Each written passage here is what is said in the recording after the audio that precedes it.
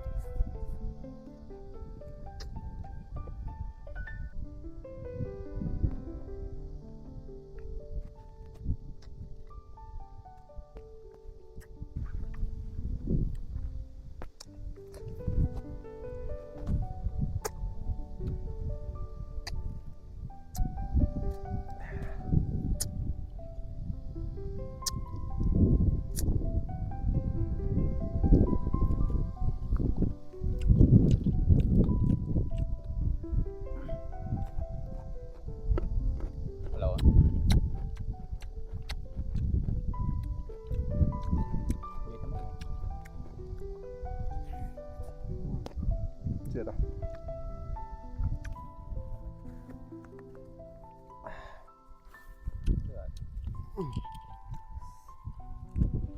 ទៅនេះខលបងអី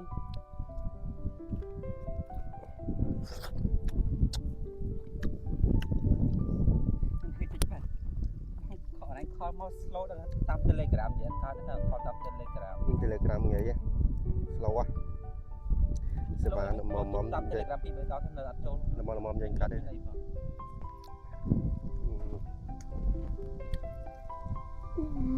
Coño, coño, coño, coño. Tam Telegram thì đại cao thì Coño.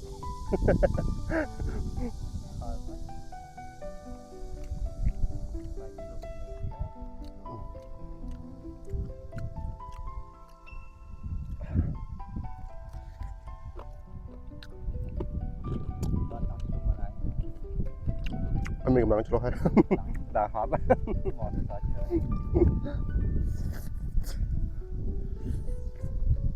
là bỏ nhầm ngon đấy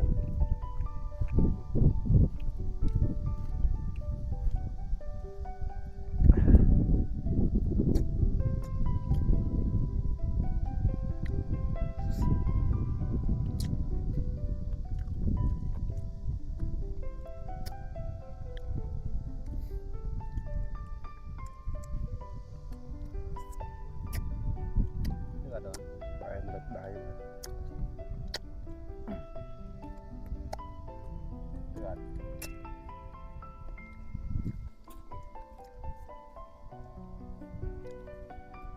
con mỏng slow man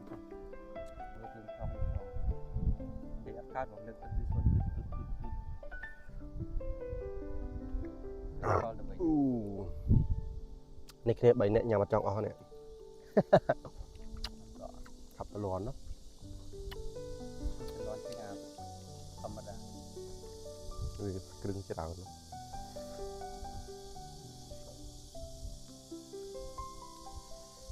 ธรรมดายำพกเงินไปหล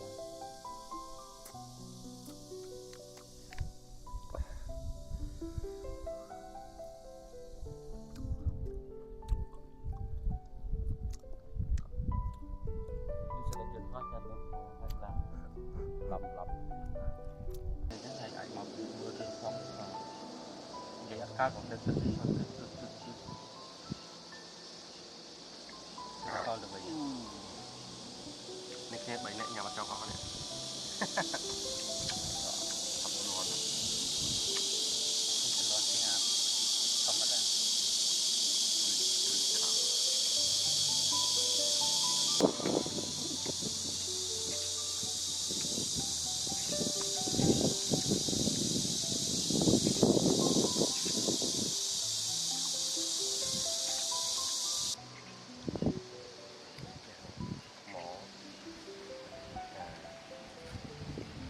Hãy subscribe cho kênh Ghiền Mì Gõ để không bỏ lỡ những video hấp dẫn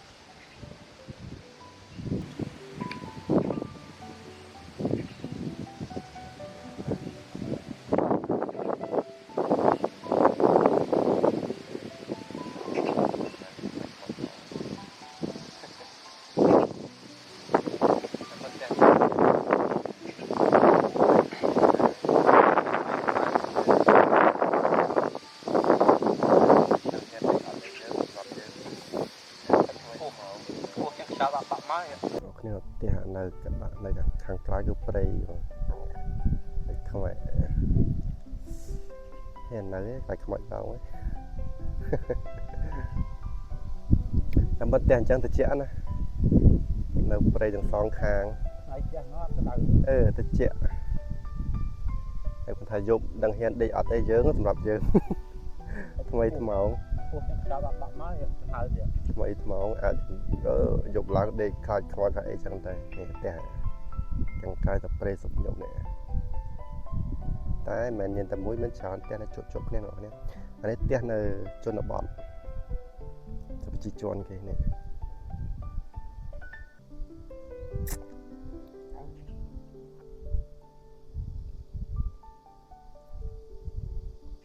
ជុំមើលផ្ទះសត្វដំណាំចំការ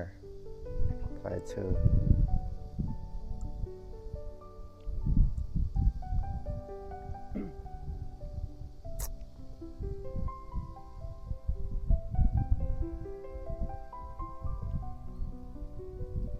ីវិតអញ្ចឹងគឺជីវិតបែបសាមញ្ញក្តីសុខក្នុងគ្រួសារមួយថ្ងៃរកបាន 50000 60000 រស់ល្មមអត់ហត់នឹងប្រកួតប្រជែងជាមួយអ្នកណាព្រឹកត្រឹមម៉ោង 6 ម៉ោង 7 អីយើងក្រោកធ្វើដំណាំយើងធ្វើចការយើងថ្ងៃក្តៅសៀកត្រឹមម៉ោង 9 ម៉ោង 10 យើងចូលផ្ទះវិញញ៉ាំបាយសម្រាប់ថ្ងៃឡើងត្រជាក់ចាំយើងចូលធ្វើទៀតហើយយើងអ្នកធ្វើដំណាំធ្វើចការណាធ្វើដីសម្អាតស្មៅដាក់ដាំបន្ថែមបេះប្រមូលផលអញ្ចឹងទៅរស់ល្មម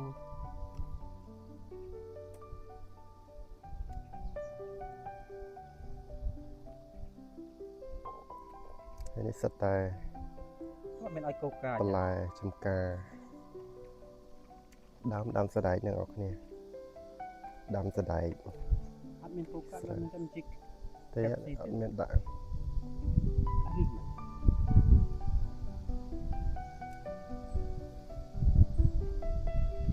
ហើយវា ចំឡើងទេខ្លាចគាត់តែនេះចឹងទៅខ្លាចពេកតែមិនមានតែមួយមិនច្រើនទេតែផ្ទះនៅជនបទជួន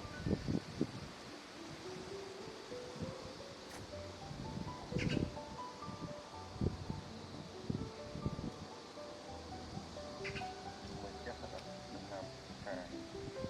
តែឈើ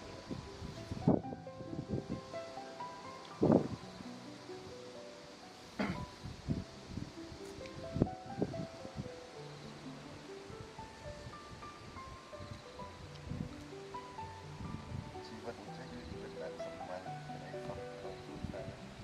ថ្ងៃរាប់បាន5 60000រស់មកអត់អត់នឹងពុកចែជាមួយអ្នកណា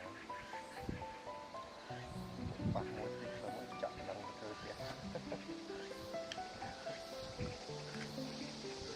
ព្រឹកត្រឹមម៉ោង6ម៉ោង7យើងក្រោកធ្វើដំណាំយើងធ្វើចការយើងថ្ងៃក្តៅអាទិត្យទៀតត្រឹមម៉ោង9ម៉ោង10យើងចូលផ្ទះវិញញ៉ាំបាយសម្រាប់ថ្ងៃឡើងទៀតចាំតែចូលធ្វើទៀតហើយយើងអ្នកធ្វើដំណាំការពុតដីសម្រាប់ស្មៅដាក់ដាំបន្ថែមដីប្រមូលផលអញ្ចឹងទៅរស់មក អត់និយាយ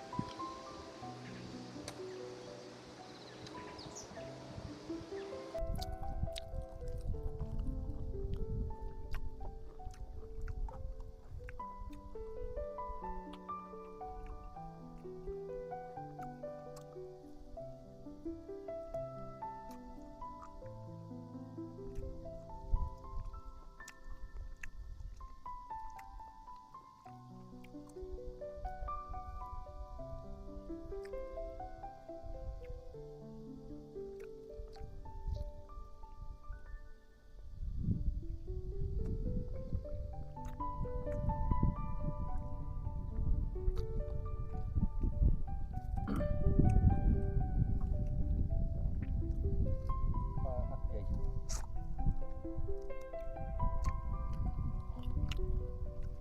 ដល់ម៉ោងចេញធ្វើការធ្វើឲ្យចាស់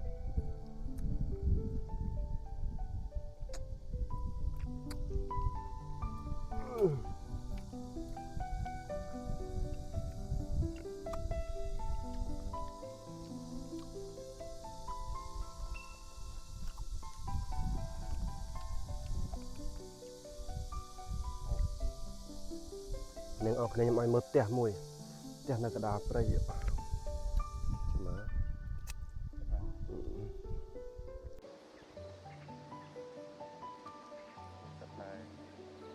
មិនឲ្យកោកកាចហ្នឹង តាមស្ដាយ អត់មានកោកកាចដល់មានតែជីកតែទីទៀតអារីមិន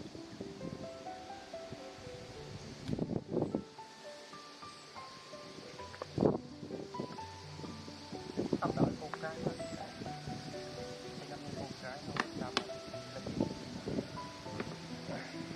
កោកកាច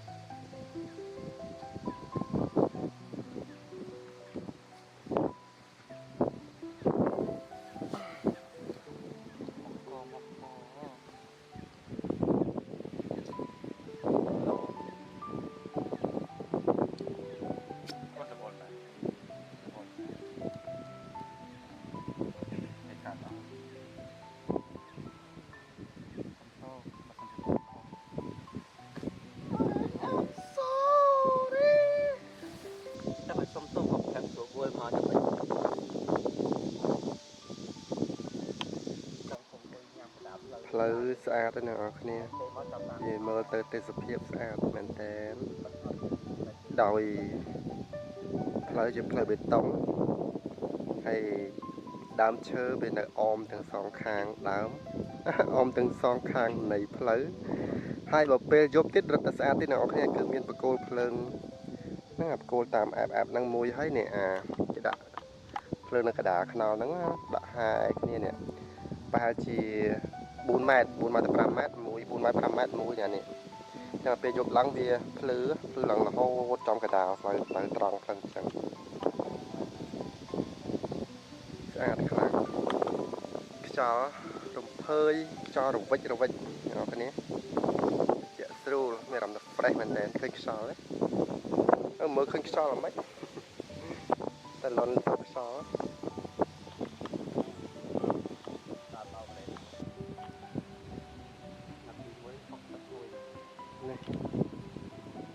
ទេសភាពមួយដែលសែន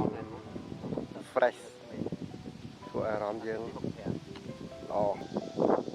ហើយក៏អូបក្លិនស្រូវនេះវាធ្វើដើមចិត្តផ្លែខ្លះៗនឹងឲ្យវាចេញជាគ្រាប់ខ្លះៗបើអាខាងនោះចេញហ្នឹងខាងនោះចេញជាការជាផ្លែខ្លះហើយវាទៅអូបក្លិនវាមក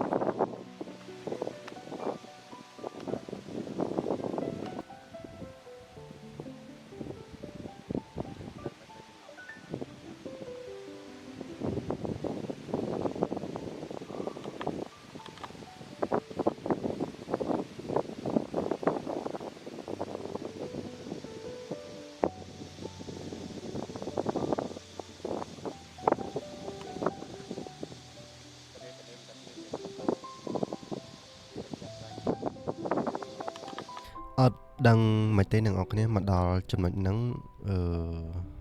ខ្ញុំថតអត់ជាប់សំឡេងទៀតហើយមិនដឹងថាមកពីម៉ៃខ្ញុំវាកើតអីទេអ្នកនរគ្នាខ្ញុំមានបញ្ហាសំឡេងចង់ប្រាប់ថាកន្លែងហ្នឹងគឺខ្ញុំចង់និយាយថាដើមឈើវាស្អាតណាទស្សនភាពកន្លែងហ្នឹងគឺវាស្អាតមែនតែន clean អត់មានសម្រាមអីញ៉ៃញ៉ៃទេ វាអត់មានសម្រាប់អីពូវានៅកដាលវាមិនមែននៅទីក្រុងហើយកន្លែងហ្នឹងខ្ញុំចង់បញ្ជាក់ថាដើមឈើហ្នឹងបើសិនជានៅខ្មែរអីណាចាត់ទុកថាជាដើមឈើដែលមានអមនុស្សមានអីនៅចឹងទៅព្រោះស្លឹកឈើវាសំយងចូលក្រោមគួរឲ្យខ្លាចណាប៉ុន្តែនៅនេះវាស្អាតស្លឹកឈើមែកឈើគឺវាធ្លាក់សំយងចូលក្រោមស្អាតមែនតើខ្ញុំសម័យឃើញដូចជារឿងកុនរឿងអីមួយចឹងណាហើយដើមឈើដែលមានស្លឹកធ្លាក់សំយងមកក្រោមខ្ញុំថតជារឿងខ្មោចរឿងអីចឹងទៅមានខ្មោចរឿងគល់ហ្នឹងកន្លែងនេះគឺខ្ញុំមកដល់កន្លែងអានេះដូចជាទីព្រៃអ្នកនរគ្នាទីព្រៃឬក៏ប្រវត្តិណាចង់បញ្ជាក់ថាសត្វទាំងអស់ហ្នឹងមិនមែនជាសត្វចិញ្ចឹមទេគឺជាសត្វព្រៃអ្នកនរគ្នាសត្វព្រៃក៏ប៉ុន្តែអត់មាននរណាគេហ៊ានធ្វើអីវាទេ គឺជីវិតវារស់នៅគឺពោពេញទៅដោយសេរីភាពអញ្ចឹងវាអត់មានពីណាទៅបំពេញលើជីវិតវាទេវារស់នៅបែប peaceful ហ្មងបែបជីវិតដែលមានសេរីភាពណាអ្នកនរគ្នាប្រឹងតែរកចំណីបានគ្រប់គ្រាន់ទៅវាអត់មានហានិភ័យដល់អាយុជីវិតដោយសារតែមនុស្សទេអញ្ចឹងអត់មាននរណាគេហ៊ានធ្វើទេដោយសារតែច្បាប់នៅនេះគេហាមប្រាមមិនអោយប៉ះពាល់ដល់សត្វព្រៃជាដាច់ខាតអ្នកនរគ្នា អញ្ចឹងវាអត់សូវខ្លាចមនុស្សដែរអ្នកនរគ្នាហ្នឹងគឺជាប្រភេទសត្វហើយខ្ញុំគិតថាជាសត្វប្រវត្តិបន្តិចដូចជាទាព្រៃបន្តិចអ្នកនរគ្នាព្រោះសត្វហ្នឹងហោះនៅលើមេឃណាហោះទាំងវងនៅពេលវាហោះហ្នឹងគឺវាស្រែកកេកានៅលើមេឃអញ្ចឹងហើយហ្នឹងគឺវាចុះនៅក្រោមហើយនៅជុំវិញហ្នឹងគឺសិតតែជាបឹងឈូកអ្នកទាំងអស់គ្នាបឹងហ្នឹងដែលហៅថាបឹងមិនមែនជ្រៅទេអ្នកនរគ្នាគឺវាត្រឹមក្បាលជង្គង់ជ្រៅបំផុតណាស្រែតាមពិតទៅជាស្រែតែជាស្រែជម្រៅ គេដាំឈូកដាំអីចឹងទៅដើម្បីលម្អកន្លែងដើរលេងណាអ្នកនរទីវាលកន្លែងដើម្បីដើរលេងហ្នឹងណានិយាយមែនតើទៅធំណាអ្នកនរច្រើនហាត់100ហាត់ណាធំមែនតើទីតាំងដែលគេធ្វើដើម្បីឲ្យដើរលេងហ្នឹងគឺធំយកតែមែនតើខ្ញុំមិនដឹងនិយាយថាប៉ុណ្ណាទេហើយសិតឈូកសិតតែអីចឹងទៅគេដាំឈូកមានកន្លែងលំហែមានកន្លែងដើរលេងមានកញ្ចុះមានអីជុំវិញហ្នឹង ហើយឈូកហ្នឹងក៏មិនមែនជាឈូកអាជីវកម្មដែលដាំហើយមានមើមមានអីដែលគេយកទៅលក់ទីផ្សារទេអ្នកនរគឺដាំហ្នឹងគឺទុកនៅហ្នឹងហ្មងដាំគឺនៅហ្នឹងហ្មងអ្នកនរគ្នាហ ហើយនេះខ្ញុំក៏ប៉ុន្តែបេះផ្លែឈូកហូបលេងខ្ញុំមកគ្នា2នាក់ហ្នឹងឥឡូវគាត់ពងតែបេះខ្ញុំពងថតឈូកនៅនេះគឺនៅទុំចោលអ្នកនរគ្នាអត់មានពីណាទៅលវីលវលរឿងបេះឈូកបេះអីទៅលក់អីខ្ញុំគិតថាបើសិនជានៅខ្មែរយើងគឺអាចនឹងគ្រាន់តែបេះផ្លែឈូកទៅលក់ក៏បានលុយគ្រាន់ចិញ្ចឹមជីវិតដែរអ្នកនរគ្នាប៉ុន្តែនៅនេះគឺវាទុំចោលអ្នកនរគ្នាអត់មានពីណាទៅលវីលវលបេះឈូកបេះលក់ទេដូចអ្នកទាំងអស់គ្នាអត់ឃើញអញ្ចឹងគឺស្លឹកឈូកគឺឡើងល្អឡើងស្អាតណាអ្នកនរគ្នាវាថាវាល្អហ្មងណាឈូកនៅនេះល្អខ្លាំងមែនតើហើយបើនិយាយអំពីកម្ពស់គឺខ្ពស់ជាងមនុស្សទៅទៀតខ្ញុំដើរហ្នឹងគឺដើរទៀបជាងឈូកទេអ្នកនរគ្នាដោយសារដើរលើផ្លូវផងហើយឈូកវាដុះនៅក្នុងទឹកអញ្ចឹងមានន័យថាឈូកគឺវាខ្ពស់ខ្លាំងមែនតើអ្នកនរគ្នាហើយស្លឹកវាខ្ញុំស្រឡាញ់តែជាប្រភេទស្លឹកអ្នកនរគ្នាគឺវាល្អខ្លាំងណាឡើងឃ្យូឡើងរបៀបធម្មជាតិហ្មងអ្នកនរគ្នាហើយជួនពេលគណៈពេលហ្នឹងគឺថ្ងៃម៉ោង7ជាងតិចទៀតវាចាប់ផ្ដើមល្ងិតវាមិនទាន់ល្ងិតទេក៏ប៉ុន្តែរបៀបថាវាស្ទុំណាអាកាសធាតុភ្លឺថ្ងៃវាក្រហមស្ទុំតិចថ្ងៃរៀបលេខហ្នឹងហើយមើលទៅគឺវាស្អាតខ្លាំងអ្នកនរគ្នាវាទទួលបានអារម្មណ៍មួយ fresh ខ្លាំងមែនតើអ្វីដែលខ្ញុំស្រឡាញ់ជាងគេគឺស្រឡាញ់ពណ៌ជាធម្មជាតិអានេះគេហៅថា natural ណាEnglish វាធ្វើឲ្យអារម្មណ៍យើងទទួលបានអារម្មណ៍ស្រស់ស្រាយអ្នកនរគ្នាអារម្មណ៍អ្នកនរគ្នាស្គាល់អារម្មណ៍មួយដែលអារម្មណ៍ fresh អត់ទេអារម្មណ៍ fresh អារម្មណ៍ស្រស់ស្រាយជាមួយនឹងធម្មជាតិណាគឺនៅពេលដែលយើងឃើញធម្មជាតិបែបអញ្ចឹងគឺយើងទទួលបានអារម្មណ៍ល្អមែនតើនេះគឺជាទីតាំងដែលយើងត្រូវដើរកលឹងបឹងឈូដើរលេងទៅពួកខ្ញុំកំពុងតែដើរហ្នឹងដើរតែរកកញ្ចុះអង្គុយខាងនោះហើយដើររកកន្លែងដែលមានផ្លែឈូកច្រើនកន្លែងនេះគឺផ្លែឈូកច្រើនមែនតែអ្នកទាំងអស់គាត់ថាខ្ញុំមកអត់ទាន់វាគឺវាទុំអ្នកនរឃើញវាទុំអស់លីងវាទុំយើងមកអត់ទាន់ពេលវេលាដែលវានៅល្មមក្នុងការញ៉ាំណាហើយវាទុំអស់លីងតែហ្នឹងខ្ញុំចង់បញ្ជាក់ជូនខ្ញុំថតហ្នឹងគឺខ្ញុំស៊ូមិត្តភក្តិដែលនៅជាមួយហ្នឹងខ្ញុំស៊ូថាស្គាល់អាហ្នឹងអត់នេះអារុក្ខជាតិនេះគាត់ថាគាត់អត់ស្គាល់ទេនៅស្រុកខ្ញុំគេហៅផ្លុងដើមផ្លុងណាមិនដឹងថានៅតំបន់អ្នកទាំងអស់គ្នាដែលកំពុងមើលហ្នឹងគឺហៅអីទេប៉ុន្តែស្រុកខ្ញុំហៅផ្លុងអាហ្នឹងគល់វាហ្នឹងគឺមានមើមប៉ិនម្រាមដៃប៉ិនចង្អុលដៃអីហ្នឹងវាមានមើមមូលណានេះអ្នកនរគ្នាកន្លែងហ្នឹងគឺ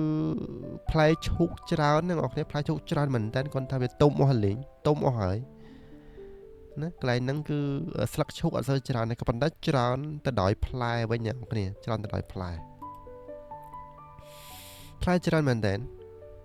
ប៉ុន្តែវាទុំអស់លេងអ្នកនរគ្នាទុំហ៎ទុំញ៉ាំឡើងកើតនេះឡើងខ្មៅអញ្ចឹងអស់អ្នកនរគ្នា